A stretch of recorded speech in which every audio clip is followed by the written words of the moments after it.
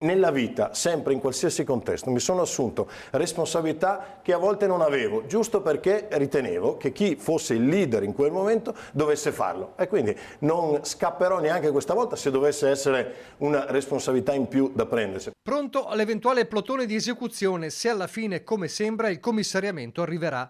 Pronto, ma con il petto in fuori, il coordinatore regionale di Fratelli d'Italia, che in una settimana di post-voto si è visto arrivare addosso diverse frecce avvelenate dal suo partito. Vede alla voce Elena Donazzan, proprio a Ring.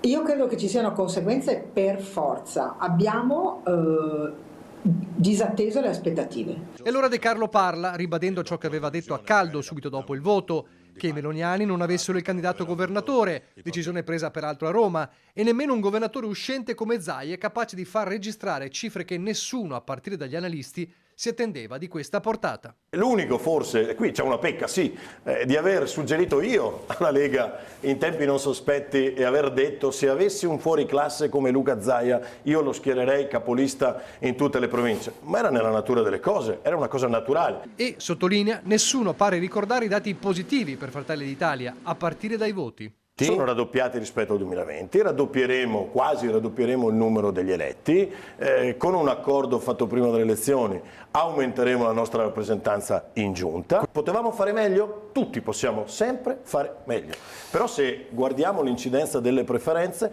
anche al netto delle preferenze per Luca Zaia, Fratelli d'Italia ha dato più preferenze ai propri candidati. Significa che le liste scarse non erano, anzi erano liste molto forti. Cos'è mancato? È mancato il voto d'opinione. Quello che alle politiche alle europee si sposta su Giorgia Meloni e quello che alle regionali è rimasto sul partito che poteva candidare il governatore. E a proposito di liste, il sasso che si toglie dalla scarpa riguarda proprio quell'area vicentina alla quale appartiene Elena Donazzan. La provincia di Vicenza, tra l'altro, è l'unica provincia che ha portato, ma è l'unica provincia che ha riunito il coordinamento e che ha scelto i 9 all'unanimità.